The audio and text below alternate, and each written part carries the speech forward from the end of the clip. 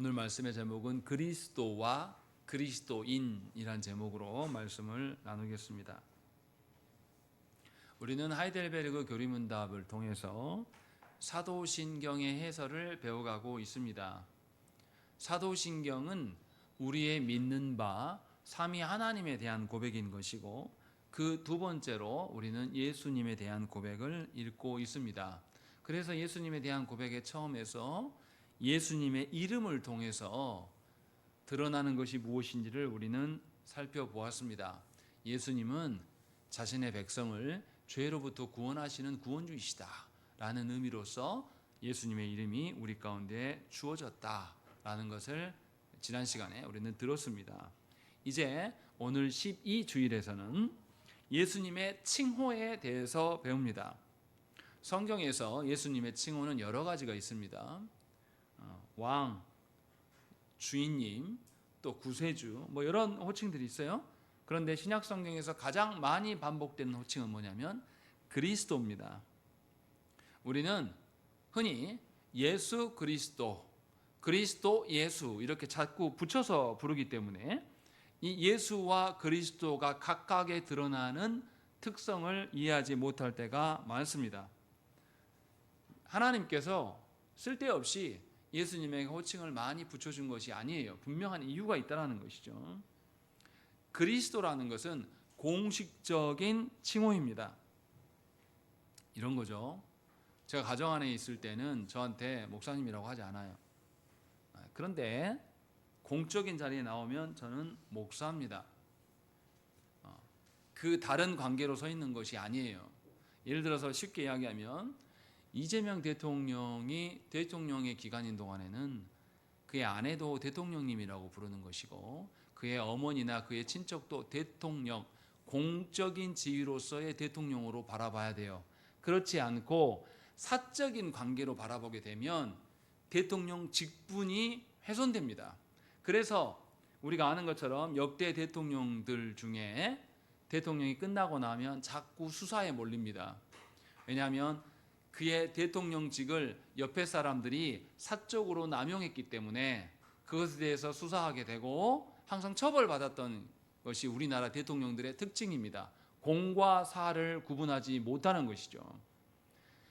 하나님께서는 예수 그리스도의 그 그리스도라는 이 호칭을 주신 것은 공적인 직분자로서의 주님의 역할을 말해주기 위하여서 그리스도라는 호칭을 주시고 부르게 하셨다라는 것입니다. 다시 말하면 우리는 성자의 행하신 일에 주목해야 됩니다. 그리스도라는 이름을 부를 때마다 예수께서 무엇을 하셨는가에 집중해야 돼요. 대통령이라는 호칭을 부를 때 우리는 공적인 이 나라의 수장의 역할이 뭔지를 생각하고 부릅니다. 그런 것처럼 예수님, 성자의 호칭을 그리스도라고 부르는 때 그 그리스도의 행하신 일이 무엇인지를 생각을 해야 됩니다. 그 그리스도의 행하심은 선지자와 제사장과 왕직으로서의 행하심을 의미합니다. 그런데 12주일에 놀라운 특징이 있어요. 31문에서는 뭐라고 말합니까? 왜 우리가 그리스도라고 부릅니까? 라고 물어봐요. 31문의 질문은. 32문의 질문이 있겠습니다. 32문 시작. 네. 이 말의 의미는 뭡니까? 왜 그리스도라고 부릅니까? 라고 말한 다음 바로 질문이 왜 당신은 그리스도인입니까? 라고 부르는 거예요. 다시 말하면 그리스도 되심과 우리의 그리스도인됨을 같이 연속해서 질문하고 있는 겁니다. 다시 말하면 성자께서 그리스도 되심과 우리의 그리스도인됨이 상관관계가 있다는 거예요. 뭔가 관계가 있기 때문에 엮어서 질문하고 있다는 것입니다. 이것을 좀 더 말하면 예수께서 그리스도이신 것은 예수님이 완성하신 선지자와 제사장과 왕직으로서 그 직분으로서의 역할이 있는데 그 역할이 우리가 그리스도인 됨과 연계된 것이다 라는 것을 말해주고 있는 겁니다.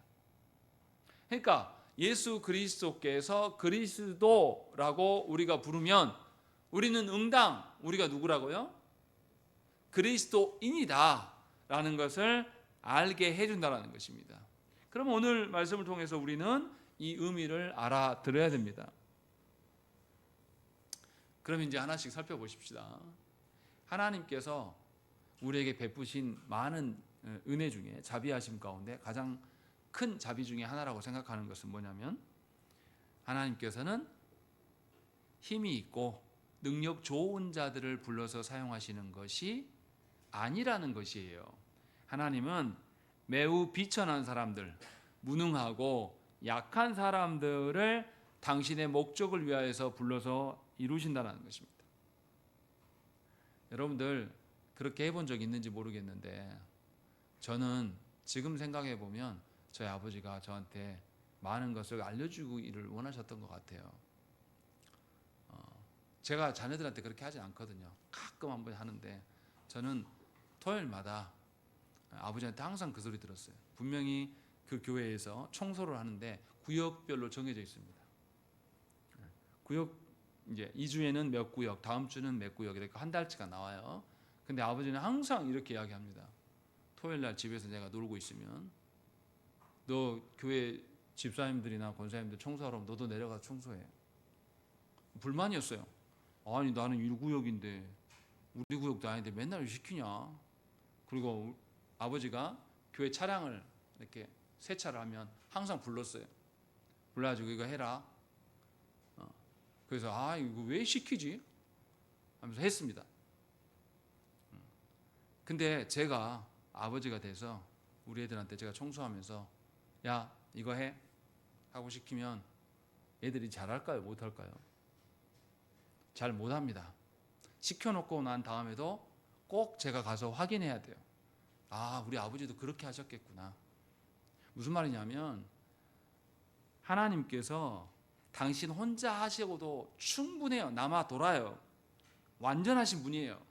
그런데 우리 같은 것들에게 결함이 많고 뭔가 하나를 시켜놓으면 이것은 이래서 안 되고 저것은 저것이 안 돼요. 이렇게 하는 우리들을 하나님께서 불러서 우리를 사용하신다는 것이죠. 결국 이것은 뭐냐면 우리로 하여금 하나님 나라의 영적이고 영광스러운 일을 알게 하시기 위함이에요.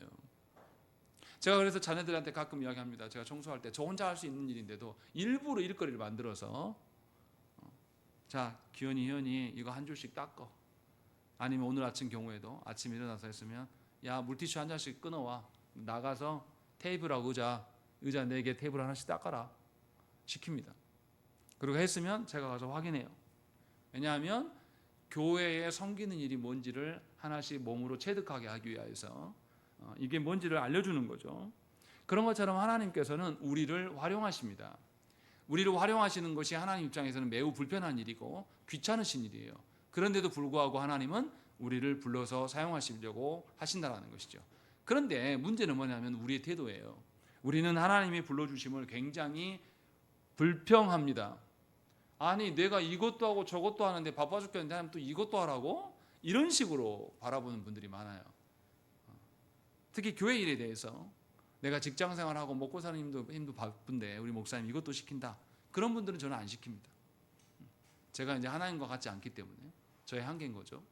그러나 하나님은 분명하게 우리를 하나님의 일을 이용해서 사용하신다는 것입니다. 그래서 구약에서 하나님은 직분을 만드셨어요.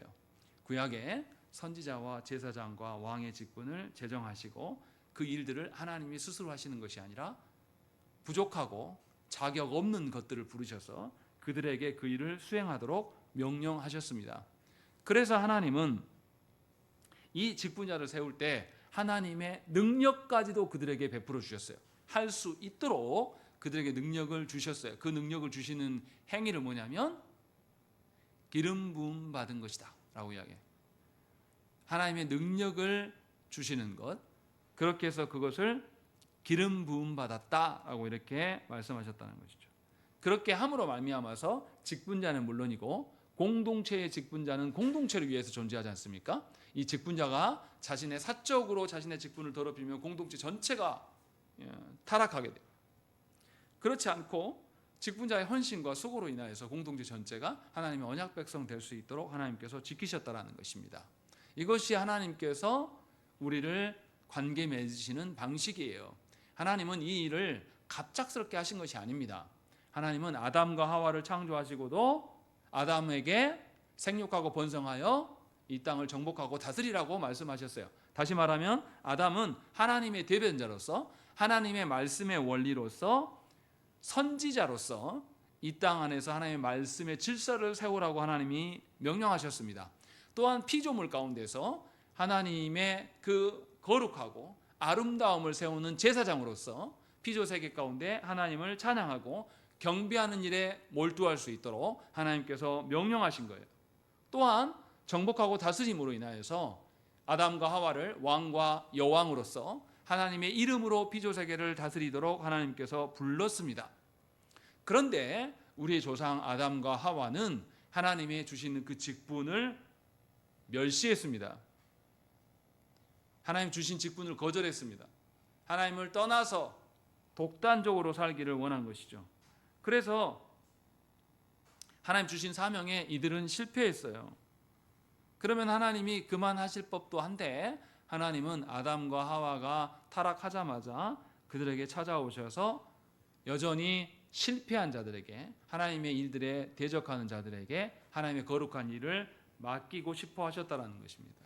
그래서 성경을 보면 뭐라고 나오냐면 아벨의 사건이 나옵니다. 아벨의 사건의 주안점이 뭡니까?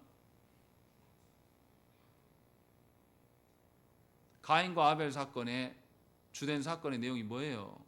뭐 때문에 가인이 죽입니까?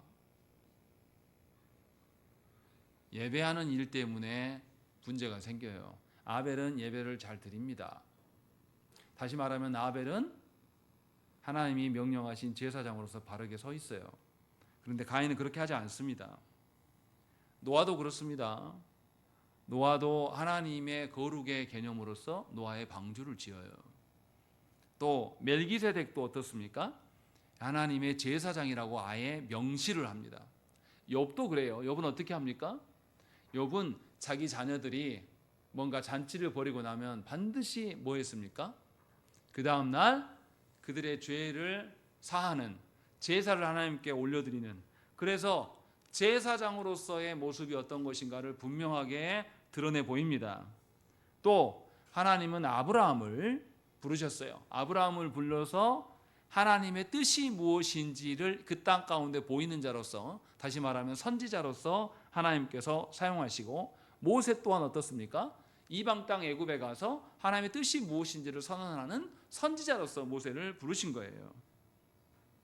그래서 하나님께서는 이 제사장과 선지자를 통하여서 하나님이 왕 되심을 이스라엘 가운데 알리시기를 원하셨습니다.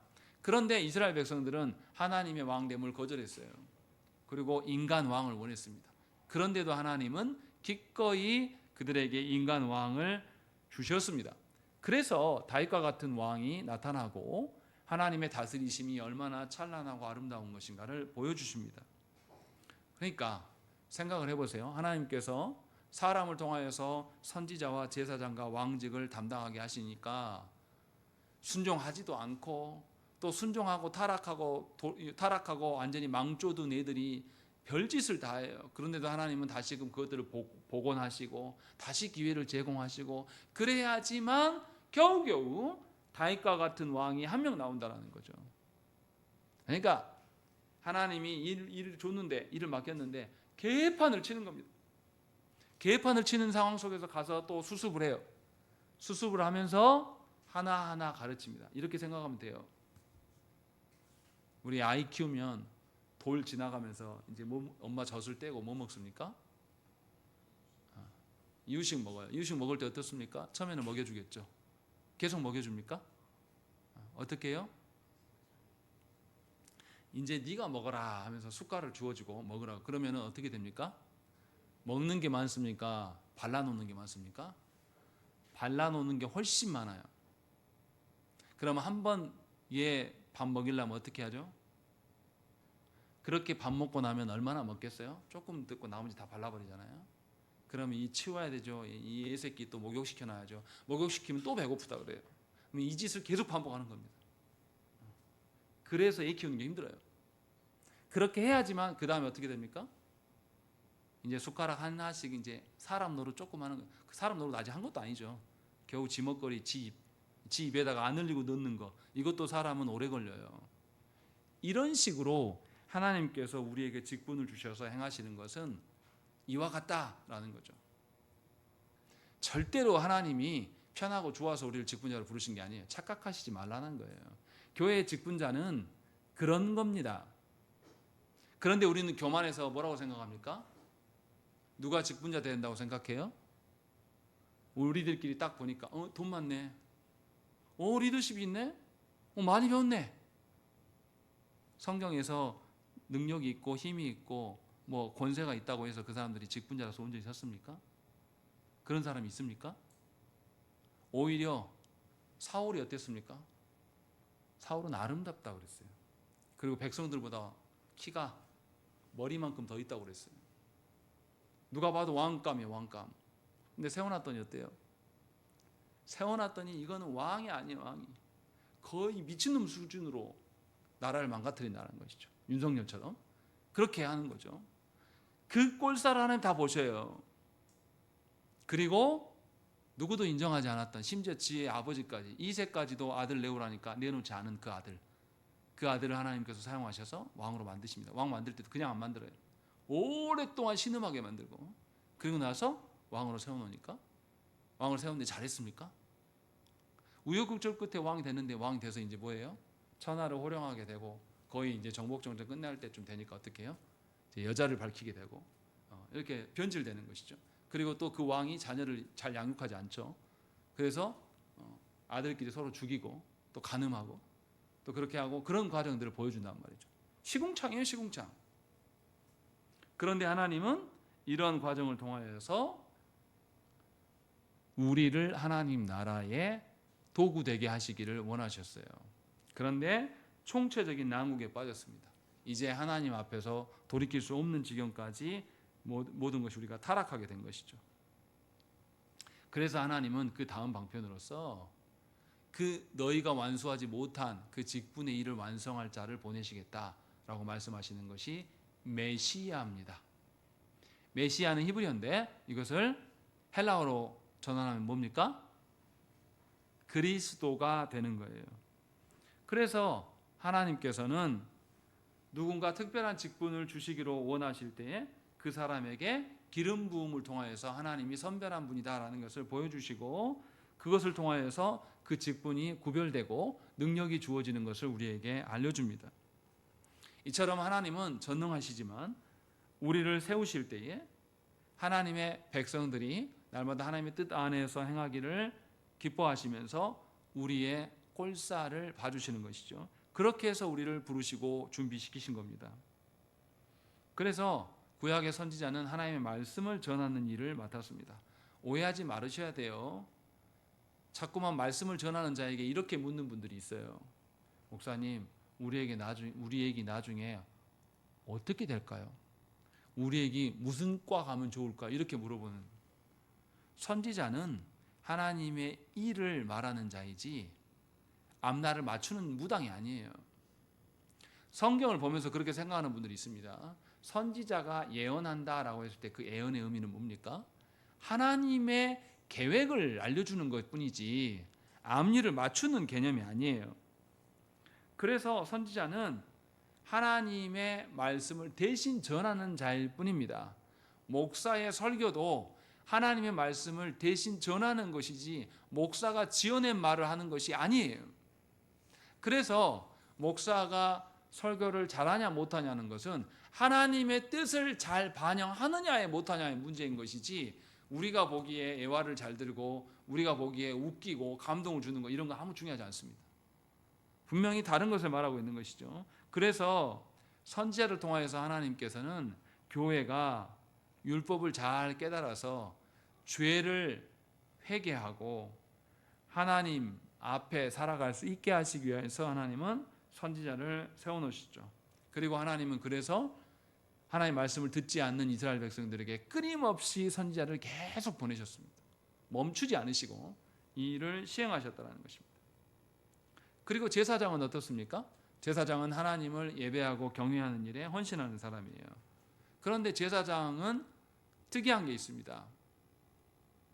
선지자는 자기의 직업이 따로 있는 경우가 많이 있었어요. 그런데 제사장은 어떻게 살아야 됩니까? 레위 지파는 어떻게 삽니까? 하나님께 속한 자들로 인하여서 하나님께서 명하신 곳에서 살 수밖에 없어요. 그래서 제사장 직분을 가진 사람들은 그 제사장이라는 직분이 직업으로서의 직분이 아니라 그냥 그들의 삶이에요. 삶. 그냥 그 사람은 어딜 가나 제사장이 되는 거죠. 그런 방식으로 하나님께서 명하신 거죠. 그래서 제사장들은 항상 성전 주위에 머물게 하시고 성소의 일들을 다루게 하셨다는 것입니다. 심지어 하나님께 제사할 때 아침과 저녁, 밤에도 그 일을 감당하게 했어요. 그러니까 밤낮이 없어요. 제사장들의 역할은. 그래서 하나님께 예배하는 일에, 그리고 또 심지어 대속죄일에는 대제사장이 어디로 들어갑니까? 지성소로 들어가요. 근데 대제사장이 자격이 있어서, 성결의 자격이 있어서 지성소에 들어갑니까? 하나님께서 그날만 허용해 주니까 들어갈 수 있는 겁니까? 허용해 주셨기 때문에 들어간 것뿐이지, 사실은 그도 들어가서 잘못 행하면 어떻게 해요? 죽습니다. 분명하게 하나님께서 자격 없지만 그를 받아주셔서 제사장 된 것을 성경은 여러 군데에서 이야기를 합니다. 이런 식으로 제사장의 역할이 주어진 것이고, 왕은 어떻습니까? 하나님의 말씀을 따라서 하나님의 백성을 다스리게 하셨습니다. 그래서 왕은 선을 행하고 악을 처벌하도록 하나님께서 명령하셨어요. 여기서 말하는 선의 기준은 하나님의 기준인 것이지 세상의 선의 기준이 아닙니다. 그래서 왕은 하나님의 백성들의 안정과 안녕을 보장해주고 적으로부터 보호하고 또 생활에 필요한 것들을 공급하는 일들을 담당케 하셨다는 것입니다. 근데 여기서 이제 오해하지 말아야 될 게 있어요. 한국교회 성도들이 다 오해하는 것. 하나님께서 제사장과 선지장과 왕을 어떤 사람들로 부르십니까? 특별한 사람이요? 우리는 그렇게 생각합니다. 목사가 되었다라고 하면 뭐라고 말하죠? 특별한 소명이 있어서 목사 된 것처럼 말한단 말이죠. 그렇지 않아요. 물론 하나님께서 여러 가지 섬김의 영역 안에서 목사라는 그것에 딱 부르신 그런 특별함은 있겠죠. 그러나 목사라고 불렀다고 해서 이 사람이 특별한 존재인 것은 아니에요. 무슨 말이냐면 하나님께서 선지자와 제사장과 왕을 세우신 것은 모든 백성을 위하여서 세우신 것임을 기억해야 돼요. 그래서 신약에 넘어와서 오늘 본문 베드로전서 베드로 사도가 뭐라고 합니까? 너희는 택하신 족속이요. 뭐라고요? 왕 같은 제사장이다 라는 것이죠. 너희라고 이야기했어요. 우리 모두를 말하는 겁니다. 그러니까 하나님께서 부르시고 직분을 주신 자는 직분 준 자에게만 속한 겁니까? 아니면 모든 이들에게 속한 거예요? 모든 이들에게 향한 거예요. 그러니까 그래서 선지자는 말씀을 누구에게 줍니까? 모든 백성들에게 주는 거예요. 제사장의 그 거룩의 개념에 대해서 누가 참여해야 됩니까? 모든 백성들이 참여하는 겁니다. 왕의 다스림은 누구를 다 포함합니까? 모든 백성들을 포함하고 있는 거예요. 그러니까 저와 여러분들이 착각하면 안 됩니다. 직분자만 별나서 그 일을 하고 있는 게 아니에요. 하나님께서 온전히 다스리심을 믿기 때문에 모든 자들이 하나님의 다스림 가운데 두게 하기 위하여서, 그래서 하나님 나라 백성으로 살아가게 하시기 위하여서 모든 자들을 부르시는 측면으로서 하나님은 직분자를 세우신 것입니다. 그래서 우리는 삶의 모든 영역 안에서 하나님의 다스리심을 인정할 줄 알아야 돼요. 우리 힘으로 살아가는 것이 아니라 주의 불러주심 안에서 우리가 살아가는 것입니다. 그래서 하나님의 부르신 자들은 종교 행위 때만 하나님 부르심이 있는 게 아니라 삶의 모든 영역 안에서 하나님의 통치를 바라고 구하는 것입니다. 이것이 하나님께서 부르시는 방식임을 저와 여러분들은 기억하셔야 돼요. 이 방식은 구약이나 신약이나 달라진 게 없어요. 다만 신약에서는 불완전한 선지자와 제사장의 왕의 직분을 누가 완성하십니까? 예수께서 완성하시는 것이죠. 분명히 하나님은 우리를 언약 백성들을 불러서 하나님 나라의 왕과 여왕으로서 다스리라고, 그렇게 하나님께서 처음 아담과 하와를 부르셨어요. 그런데 이들이 실패합니다. 그래서 어떻게 됩니까? 왕은 고사하고 뭐로 살아가요? 사탄의 노예로 살아갑니다. 우리도 그러지 않습니까? 하나님께서 하나님 나라의 백성으로, 하나님 나라의 자녀로 살라고 우리를 부르셨는데 우리는 뭐의 노예가 되어 살아갑니까?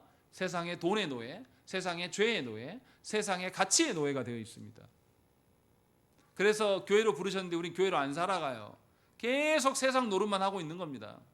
하나님이 주시는 기쁨이 있다고 말해도 우리는 계속 세상 사람들이 유행하는 그 기쁨들을 맛봐야 돼요.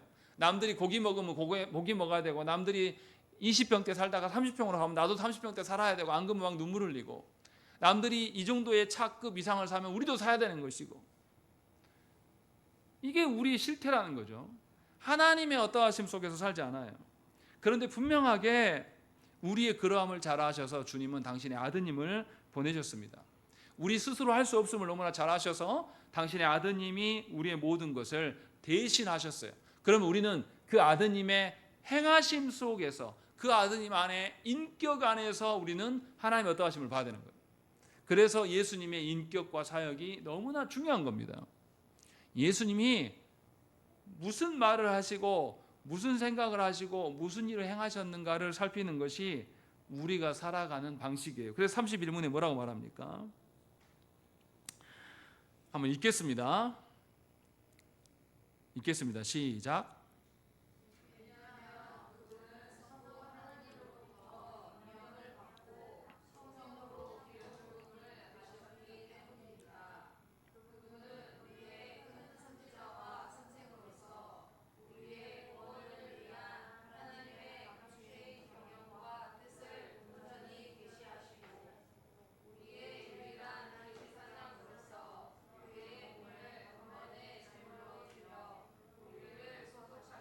예, 분명히 예수께서 하나님의 뜻을 계시해 주셨다.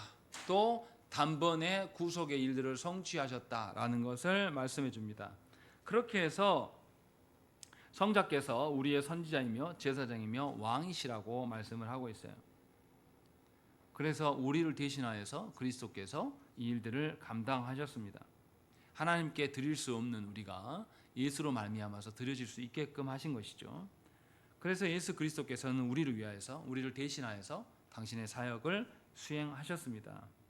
그래서 우리는 예수 그리스도 안에서 하나님께 나아갈 수가 있는 구조가 된 것이에요. 구약의 직분을 받은 메시아들은, 기름 부음 받은 자들은 보통 한 가지 직분만 수행했습니다. 그런데 예수님은 가장 위대한 직분자로서 모든 것을 다 수행하신 분이에요. 그것이 차이가 나는 겁니다. 그리고 이 주님은 삼중 사역을 행하시는 데 있어서 성령으로부터 기름을 부음 받으셨다. 이 말은 뭡니까? 성령께서 그에게 임하심을 보여주는 사건을 생각해 봐야 돼요. 언제 나타납니까? 언제 성령님이 예수님의 머리에 위에 임하십니까? 세례 받으실 때. 세례 받으실 때에 분명하게 보여줍니다. 그래서 하나님의 영이 임했다. 이 말은 성령으로 기름 부음 받았다는 거예요. 구약의 직분자들은 뭘로 기름 부음 받았습니까? 기름으로. 성령의 임하심 몰라요. 보여주지 않습니다. 그런데 예수님은 달라요. 성령이 직접 임하시는 것을 눈으로 보여줍니다. 백성들에게 알려주는 거죠. 그리고 하나님께서 말씀으로 확증해 주십니다. 이는 내 아들이고 내가 기뻐하는 자다라는 것을 분명하게 알려주셔서 그 이후부터 예수님이 사역을 시작하셔요. 다시 말하면 예수님의 사역은 개인적인 사적으로 행하시는 것이 아니라 공적으로 삼위 하나님과의 협의 속에서 공증해 주시는 그 안에서 사역하시는 것을 우리는 알 수가 있습니다. 그래서 예수께서 선지자로서 율법을 가르치시는데 예수께서 하나님 나라 일들을 가르치실 때에 사람들이 어떻게 반응합니까?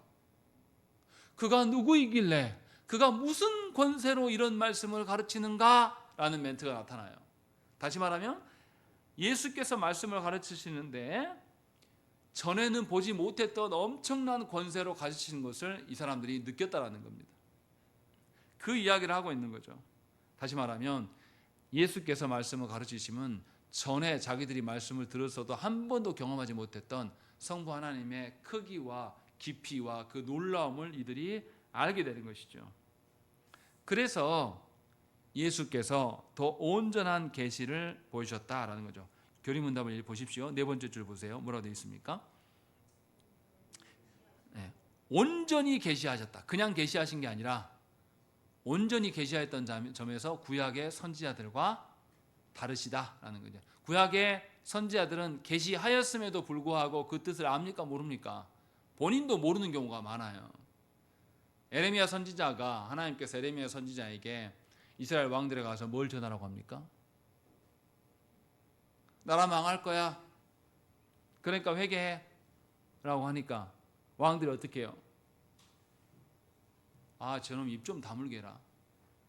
곤장을 때리든지 아니면 가둬두든지 막 핍박해요. 그러니까 에레미야가 어떻게 합니까? 에레미야 그래도 계속 전합니까?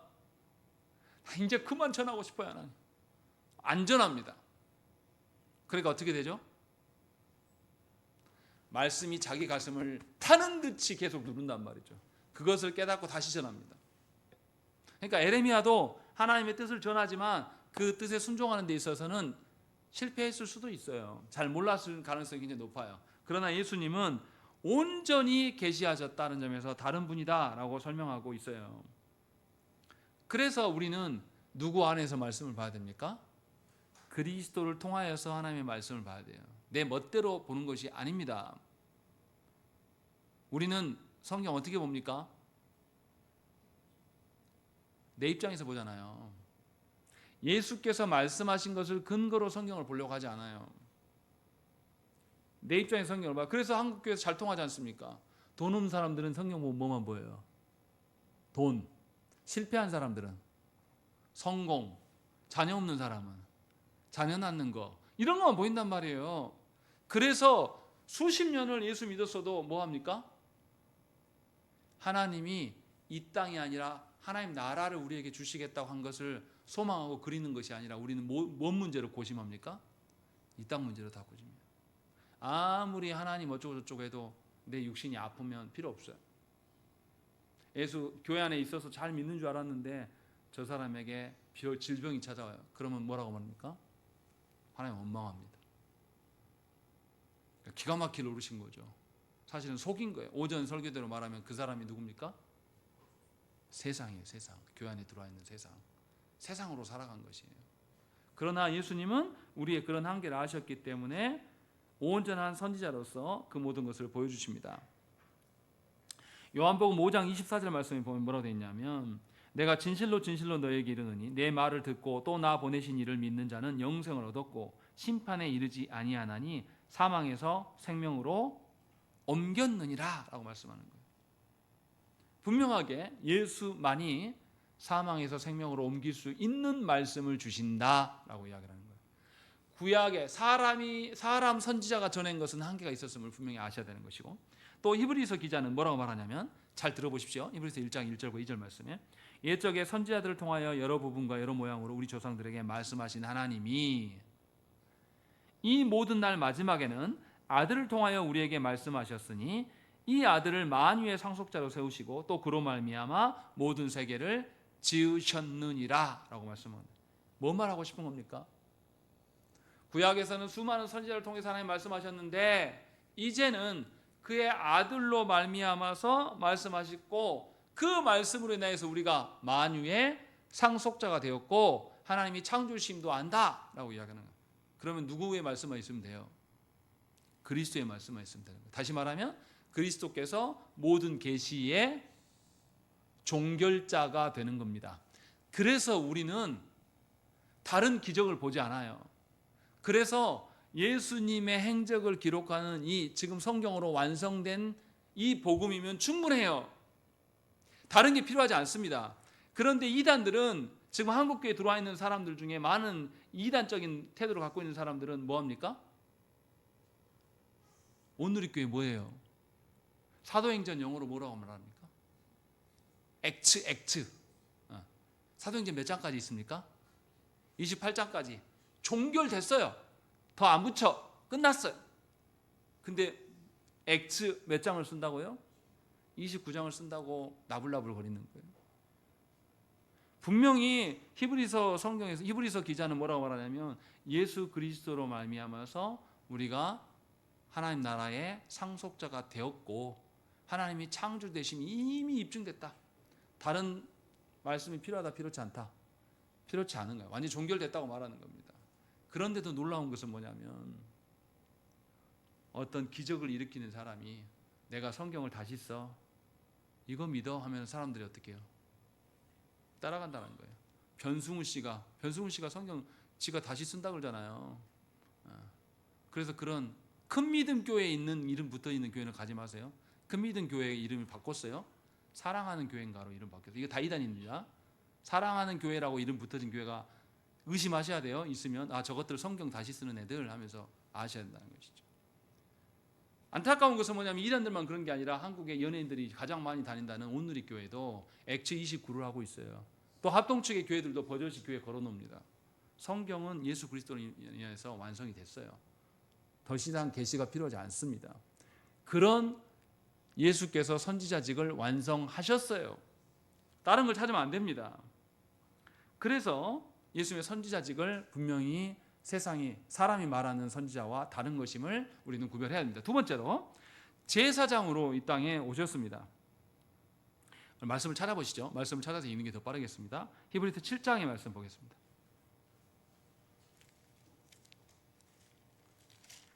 베드로전서 앞에 야고보서 앞에 히브리서 있습니다. 히브리서 7장 23절부터 보시겠습니다. 7장 23절, 24절 읽겠습니다. 시작.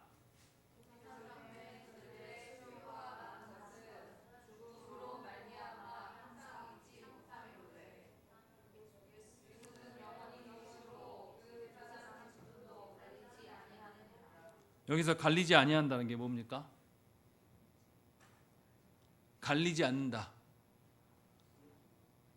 바뀌지 않는다. 대체되지 않는다라는 뜻이에요. 누구만 제사장이다. 예수님만이 제사장이다라는 것이에요. 레위인들은 어떻게 했습니까? 죽으면 다른 레위인들이 그 직분을 이어받을 수밖에 없어요. 대체된단 말이에요. 한계가 있는 존재들이기 때문에. 그러나 분명하게 그렇지 않는다. 그리고 또 어떻습니까? 레위인들은 하나님께 나아갈 때 직분을 담당할 때 제일 먼저 뭐 했습니까? 제사장들이 제사를 바로 그렇게 드렸습니까? 뭐 먼저 했어요? 자신의 죄를 속죄하고 그리고 나서 제사의 행위에 참여했어요. 그러니까 이들은 죄인이에요. 레위인들이, 이 사람 제사장들은. 그래서 자기 죄를 속죄하는 일이 반드시 필요했어요. 그러나 예수님이 그게 필요합니까? 죄 없이 이 땅에 오셨단 말이죠. 그래서 우리와 사람 제사장과 다른 일들을 한 번에 실행을 하신 거에서 차이가 생깁니다. 27절과 28절도 보십시오. 뭐라고 되어 있습니까? 우리 읽겠습니다. 히브리서 7장 27, 28절 읽겠습니다. 시작.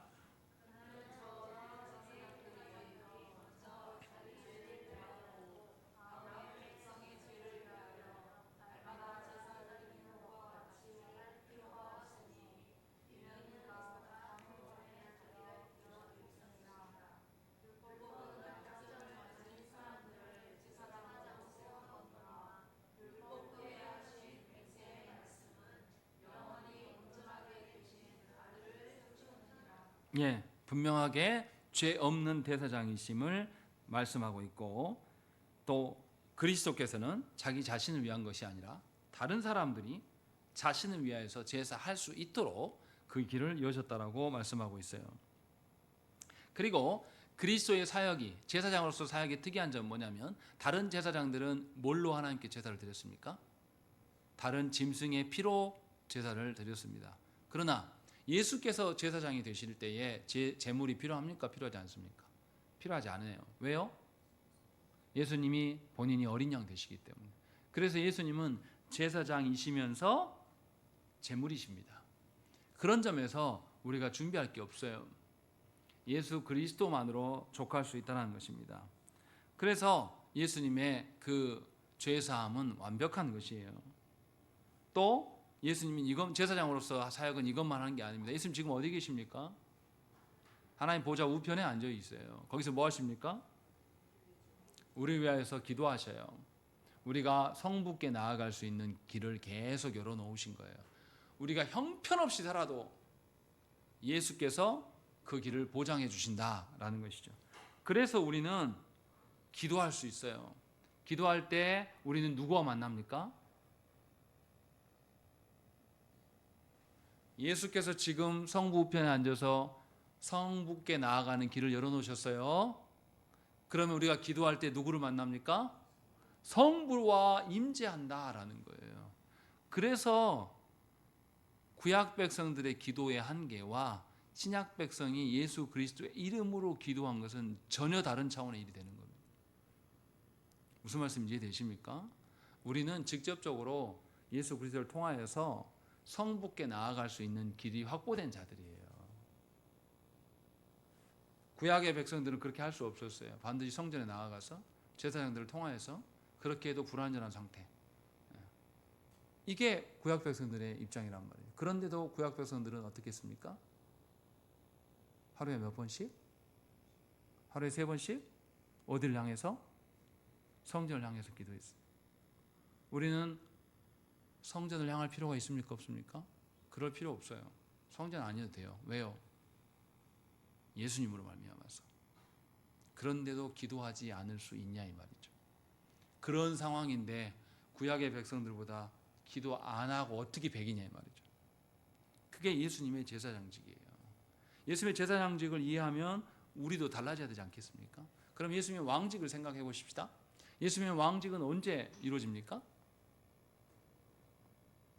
예수님 이 땅에 처음부터 왕으로 이 땅에 오셨어요? 왕으로 오셨죠. 오시기는. 근데 왕의 면모가 드러납니까? 언제 드러나십니까? 아니 성경이 말해주잖아요. 예수님 언제 보좌 우편에 앉으세요? 네, 부활하신 이후에 승천하셔서. 다시 말하면 제사장과 선지자직은 예수님의 제사장과 선지자직은 이 땅에 계실 때 다 드러납니다. 그것이 완성된 이후에 예수님의 왕직이 새롭게 드러나게 되는 것이죠. 다시 말하면 예수께서 선지자와 제사장직을 이룬 이후에 우리에게 확연하게 드러나는 것은 그리스도의 다스리심이고 왕되심이에요. 이것이 우리 가운데 놓여 있어요. 그때 하나님 뭐라고 말씀하십니까? 하늘과 땅의 모든 권세를 누구에게 주셨다? 예수께 주셨다라고 말씀하고 있는 거예요. 이 말을 누구에게 하는 겁니까? 예수의 통치를 받는 우리들에게 말씀하고 있는. 니네 왕은 힘없는 왕이 아니라 하늘과 땅의 모든 권세를 가진 왕이야 라는 것을 우리에게 말씀해 주고 있어요. 그러면 우리는 그 왕을 모시고 그 왕의 통치 가운데 있는 자들이라면 우리가 두려워할 게 뭐가 있겠습니까? 그 말씀을 하고 있는 거예요. 그런데 안타깝게도 우리 중에 많은 사람들이 예수 그리스도의 다스리심을 보지 못해요. 육신에 조금만 문제가 생기면 우리 어떻습니까? 하나님이 있다 없다? 없다라고 생각을 해요. 우리는 연약한 존재여서 하나님 나라를 보지 못합니다. 하나님 나라를 알지 못해요. 그래서 이 땅의 나라만 쳐다보고 있는 겁니다. 그래서 이 땅의 나라의 문제만 생기면 그것으로 신음해요. 그런데 예수 그리스도께서 왕 되심으로, 예수 그리스도의 왕 되심은 지금 예수님 어디 계십니까? 하나님 보좌 우편에 하나님 나라에 계신단 말이죠. 그 땅에 계신 그분이 하나님 나라와 이 땅의 나라 모든 권세를 가지신 그분이라고 말씀하고 계신단 말이에요. 그러면 우리는 예수 그리스도로 말미암아서 우리는 하나님의 돌보심과 보호하심 가운데 있음을 알아야 되는 것이에요. 악인들이 아무리 세력들을 펼치고 장악한다고 해도 그 악인의 그 권세가 계속 지속됩니까? 제가 작년에 조국 혁신당 막 나오고, 조국 혁신당 나와서 뭐라고 말했습니까? 조국 혁신당의 목적이 뭐라고 나왔어요? 처음에 만들 때 박은정 검사가 나와서 그 이야기 했잖아요. 딱 당선되고 나와서 조국 혁신당의 존재 이유는 윤석열을 끌어내는 것입니다 라고 이야기. 제가 그 이야기 딱 들었을 때 제가 무슨 생각했냐면 언제 저걸 끌어내래? 아직도 3년이나 더 남았는데 에이 그 하나만 한 소리 하네 이렇게 생각했었어요. 근데 어떻게 됐습니까? 그 말 1년도 안 됐는데 어떻게 돼요? 지가 혼자 내란 일으켜가지고 지가 혼자 이렇게, 물론 조국혁신당 한 게 아니에요. 하나님 하신 거죠. 이거를 이제 보여준 거예요. 세상의 권세는 그런 겁니다. 세상의 권세는 지 혼자도 감당을 못해요. 누가 지가 대통령인데 지가 권세 잡고 있는데 내란을 일으키는 그런 멍청한 자가 어디 있어요, 세상에. 근데 우리가 뽑아놓은 인간이 그렇게 하고 있는 거죠. 세상의 권세는 그 모양입니다. 지속되지 않아요. 근데 하늘의 권세는 그런 게 아니에요. 그래서 하나님께서 뭐라고 말씀하시냐면, 너희가 얼마나 악인들 가운데 그 권세 아래 눌려 있을지라도 여전히 하나님의 권세는 살아계심을 이렇게 말씀하는 거죠. 그게 예수 그리스도께서 보여주시는 왕직이에요. 우리는 그것을 봐야 됩니다. 그것을 소망하고 살아가는 사람은 이 땅의 악인들의 판치는 속에서도 하나님 나라를 소망할 수가 있는 겁니다. 그 예수 그리스도의 왕 되심을 인정하지 못하기 때문에 우리는 불의한 자들을 보면 어떻게 보면 견디지 못하는 것이죠. 역으로 그럴 수 있다는 것을 말씀하고 있는 것이죠. 또한 우리는 우리 자녀 세대들에 대해서 걱정을 많이 합니다. 그런데 우리 자녀들도 누가 다스리십니까? 예수께서 다스리실 겁니다. 여러분들이 걱정한다고 해서 달라질 게 없어요. 우리는 뭐 해야 됩니까? 누가 왕임을 알려야 돼요. 예수께서 왕 되심임을 우리 자녀들에게 가르쳐야 될 자들이에요. 그래야지만 우리 자녀들이 누구를 붙들고 살아갑니까? 예수님을 붙들고 살아가는 것이죠. 우리 자녀들이 세상 속에서 지할 일하고 돈 잘 벌고 이렇게 한다고 해서 쟤들이 스스로 자기 인생을 개척하는 그런 인생을 살아가는 게 아니에요. 하나님의 다스림 가운데 있어야지만 그 다스림을 알아차리고 그 하나님과 의존하고 살아가야지만 우리 자녀들이 세상에서 없이 살아도 울지 않습니다. 불의한 가운데 있어서도 불의함에 짓눌려 가지고 벌벌 떠는 자가 되지 않아요. 이번 주에 보세요. 저는 그 검사 중에도 괜찮은 분이 있더라고요. 문지석 검사 나와서 뭐라고 말합니까? 자기를 패스하고 쿠팡 노동자들이 퇴직금을 못 받은 그 노동자들을 위해서 이거 분명히 사건을 만들어야 되는, 기소해야 되는데 자기를 패스하고 위에 상사들이 그걸 기소를 하지 않고 오히려 자기를 기소하는 고통을 당했어요. 이 검사가. 그러니까 나와서 울어요. 국회 증언 때 나와서 울면서 그 200만 원밖에 안 되는 퇴직금 못 받아서 힘들어하는 노동자들에게 제발 다 지급이 됐으면 좋겠다. 다시 정의가 살았으면 좋겠다 하면서 우는 모습이 나타나는 거예요. 우리가 예수 그리스도의 그 공의로운 왕 되심을 인정한다면 우리는 울지 않을 겁니다. 예수 그리스도의 다스리심을 기다릴 자가 될 거예요. 그런데 이 땅은 예수 그리스도를 보지 못해요. 우리 또한 보지 못하는 경우가 있습니다. 그래서 32문을 달아놓은 겁니다. 뭐라고 말하냐면 당신은 왜 그리스도인입니까? 라고 분명하게 부르고 있는 거예요. 이 말의 의미가 무엇입니까? 우리는 너무나 안타깝게도 예수 그리스도로 말미암아서 우리에게 주어진 삼중직이 다 이루어지는 것을 하나님께서 보이셨어요. 그런데 우리는 그 예수 그리스도의 삼중직의 완성을 통해서 나를 볼 줄 몰라요. 우리는 어떻게 봅니까? 나를 소개할 때 뭐라고 소개합니까? 저는 창녕조씨 42대 손이고요. 뭐 이런 식으로 자기 가족이나 아니면 나는 직업이 뭡니다. 뭐 이런 식으로 아니면 자기의 수입은 뭐고 또 자신의 성격은 어떻고 이런 걸로 우리 자신을 정의하려고 해요. 그러나 예수 그리스도의 그 온전함을 아는 사람이면 그리스도로부터 내 자신을 결정짓게 되어 있는 것입니다. 그래서 하나님께서는 그리스도를 그리스도라고 칭하시고 우리를 뭐라고 칭하신 겁니까? 그리스도인이라고 칭하고 있는 겁니다. 우리 같은 것들에게 그리스도만을 칭할 수 있는 그 호칭을 우리에게도 주셨단 말은 그리스도께서 이루신 선지자, 제사장, 왕직도 우리에게 부여되고 있다는 것을 말씀하고 있는 거예요. 그렇기 때문에 저와 여러분들은 뭐 합니까? 말씀을 전하는 자로, 또 제사장, 세상의 죄를 예수께서 해결하시는 것을 전하는 자로서, 또 세상의 모든 것이 세상의 권세 잡은 자가 아니라 예수 그리스도께서 다스리시는 주님의 왕 되심을 드러내는 자로서 우리는 서 있어야 되는 것입니다. 그래서 오늘 우리가 본문으로 삼은 베드로전서 2장으로 다시 가보십시오. 거기 아예 대놓고 써져 있습니다. 우리 다시 읽어보십시다. 베드로전서 2장 9절 말씀 읽겠습니다. 시작.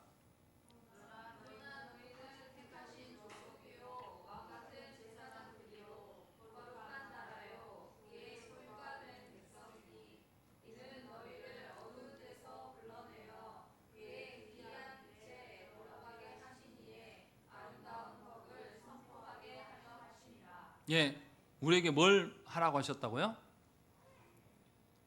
삼중직을 완성하신 그리스도의 아름다운 덕을 선포하게끔 우리를 부르셨다라고 분명하게 말씀하고 있는 것이죠. 그래서 32문에 뭐라고 되어 있습니까? 보세요.